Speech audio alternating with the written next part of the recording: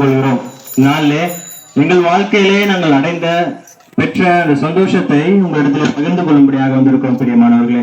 அது என்ன நற்செய்தி என்று கேட்பீர்கள் என்றால், வேதத்திலே ஒரு வசனம் உண்டு. வருத்தப்பட்டு பாரம் சுமக்கிறவர்களே, நீங்கள் எல்லாரும் என்னிடத்தில் வாருங்கள், நான் உங்களுக்கு இளைப்பாறுதல் தருவேன் என்று. இன்னொரு வசனத்தை கூட பார்க்கிறோம். மனுஷன் உலகம் முழுவதையும் ஆதாயப்படுத்தி கொண்டாலும் தன் ஜீவனை நஷ்டப்படுத்தினால் அவனுக்கு லாபம் என்ன என்று வேதத்தில் எழுதப்பட்டிருக்கு பெரியமானவர்களே.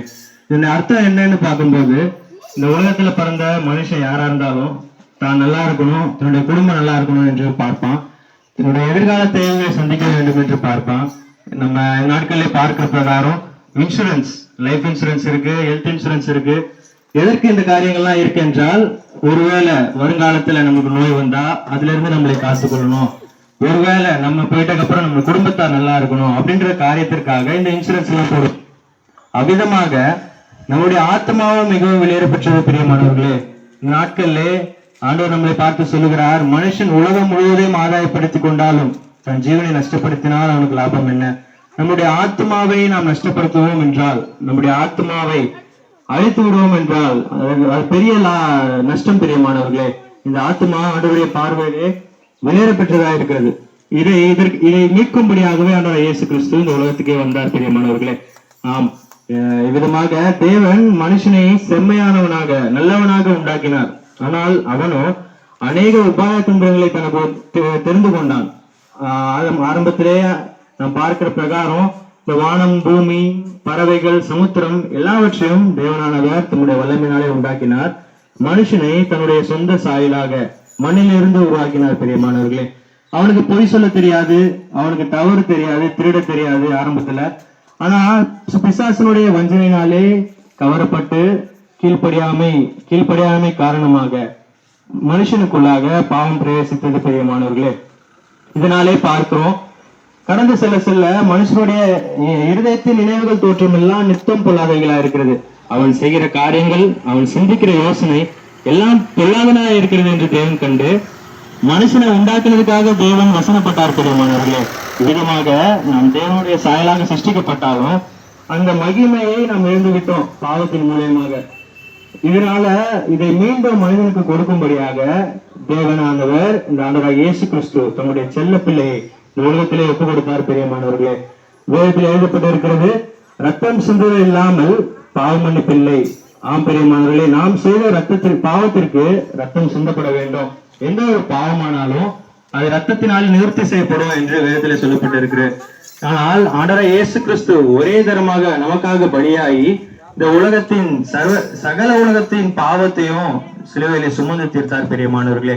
வேதத்திலே வாசிக்கிறோம், அவராலே அன்றி வேறொருவராலும் ரட்சிப்பு இல்லை, நாம் ரட்சிக்கப்படும்படிக்கு வானத்தின் கீழெங்கும் மனுஷர்களுக்குள்ளே அவருடைய நாமமே அல்லாமல் வேறொரு நாமம் கட்டளையிடப்படவும் இல்லை என்று எழுதப்பட்டிருக்கிறது.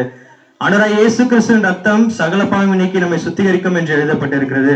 அது மாத்திரமல்ல, மனுஷகுமாரனுக்கு பாவங்களை மன்னிப்பதற்கு அதிகாரம் உண்டு என்று எழுதப்பட்டிருக்கிறது பெரியமானவர்களே. மனுஷன் முழுமையாக பாவத்தினாலே உண்டாக்கப்படுகிறான். வேதத்திலே சொல்லப்பட்டிருக்கு, ஏதோ என் தாய் என்னை பாவத்தில் கர்ப்பம் தரித்தாள் என்று. மனிதனுடைய பிறப்பிலிருந்து அவன் இறப்பு வரைக்கும் பாவத்திலேயே கிடந்து அவன் மரித்து போவான் என்றால் அவனுடைய ஆத்மா நஷ்டமடையும் பெரியமானவர்களே. இதிலிருந்து மீட்கும்படியாகவே ஆண்டவராகிய இயேசு கிறிஸ்து ரத்தத்தை சிந்தினார். வேற எந்த ஒரு காரியத்தினாலையும் நம்முடைய பாவத்தை கழுவ முடியாது, பாவத்தை நிவர்த்தி செய்ய முடியாது. ஆண்டவராகிய இயேசு கிறிஸ்துவின் ரத்தம் மாத்திரமே நம்முடைய பாவங்களை கழுவும், நம்மளை பரிசுத்தப்படுத்தும், குற்ற மனசாட்சியை நம்மளிருந்து நீக்கப்படும் பிரியமானவர்களே. இதுமான எல்லா மனிதரும் இந்த ரட்சிப்பை அடைய வேண்டும் என்று ஆண்டவராகிய இயேசு கிறிஸ்து விரும்புகிறார். ஆண்டவராகிய இயேசு கிறிஸ்து கொடுக்கிற இந்த ரட்சிப்பு இலவசம். அவரிடத்திலே வருகிறவர்களை அவர் புறம்பே தள்ளுவதில்லை என்று பார்க்கிறோம். ஏனென்றால் அவர் நம்மீது அன்கண்டிஷனல் லவ் என்று சொல்வார்கள், அதாவது நிபந்தனையற்ற அன்பு. நாம் எந்த நிலைமையில இருந்தாலும் கூட அவரிடத்திலே செல்வோம் என்றால் அவர் நம்மளை மன்னித்து அரவணைத்து ஏற்றுக்கொள்கிற தேவனாய் இருக்கிறார். நம்மளை பிள்ளையாக ஏற்றுக்கொள்கிறார், நமக்கு புதிய ஜீவனை கொடுக்கிறார், நித்திய ஜீவனை கொடுக்கிறார். அவராலே என்று பரலோகத்துக்கு நம்மளால போக முடியாது. ஆகவே நம்மளுடைய ஜீவனை குறித்து நாம் சிந்தித்து பார்ப்போம். நாம் இந்த உலகத்தை விட்டு கடந்து போயிட்ட பிற்பாடு நம்முடைய ஆத்மா எங்கே சேரும் என்பதை நாம் யோசித்து பார்க்க வேண்டும் பிரியமானவர்களே. அல்லது இயேசு கிறிஸ்துவை ஏற்றுக்கொண்டு அவர் ரத்தத்தினாலே பாவ மன்னிப்பு பெற்றுக் கொள்வோம் என்றால் நாம் அவர் இருக்கிற பரலோகம் என்று சொல்லப்படுகிற இடத்துக்கு நம்மளால் போக முடியும். ஒருவேளை அவரை நிராகரித்து தொடர்ந்து பாவத்திலேயே ஜீவித்து நாம் மறிப்போம் என்றால் நமக்கு நித்திய ஆக்கினி நரகம். பிரியமானவர்களே, இதிலிருந்து மீட்கும்படியாக அந்த தண்டனையை இயேசுவனை ஏற்றுக்கொண்டார். அதற்காக அவர் கொடுத்த கிரயம் மிகவும் பெரியது. சிலுவையிலே அவர் நமக்காக சிலுவையிலே முழுமையாக தங்களை சரீரத்தை பிக்க ஒப்பு கொடுத்தார். 6 மணி நேரம் கிட்டத்தட்ட சிலுவையிலே தொங்கினார். பிரியமானவர்களே, கைகளிலே ஆணி, கால்களில் ஆணி, தலையிலே முற்றிலும் சுட்டப்பட்டவராக அவருடைய விழாவிலே குற்றினார்கள், சாட்டையினால் அடித்தார்கள். இது எல்லா காரியங்களையும் உங்கள் மீது என் மீது வைத்த அன்பின் நிமித்தமாக பொறுமையோடு சகித்தார். பிரியமானவர்களே, அவர் மரித்து மண்ணோடு மண்ணாய் போய்விடவில்லை. தாம் சொன்ன பிரகாரம் 3ஆம் நாளிலே உயிரோடு உலகத்திலிருந்து உயிர்த்தெழுந்தார். பிரியமானவர்களே, இப்போது அவர் படத்திலே வீற்றிருக்கிறார்.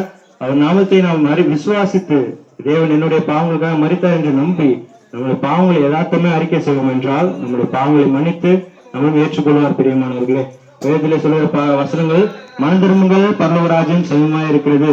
அவருடைய குமாரனாய் இயேசு கிறிஸ்துவை விசுவாசிக்கிற எவனும் அவன் கெட்டு போகாமல் நித்திய ஜீவனை அடைம்படிக்கு அவரை தந்தரிலே இவ்வளவாய் உலகத்தில் அன்பு கூர்ந்தார்.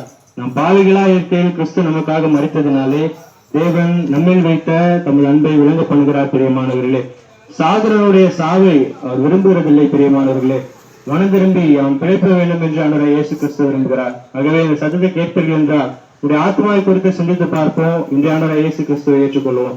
கர்த்தராகிய இயேசு கிறிஸ்துவை விசுவாசிங்கள், அப்போது நீங்களும் உங்கள் வீட்டாக நேரம் ரட்சிக்கப்படுவீர்கள்.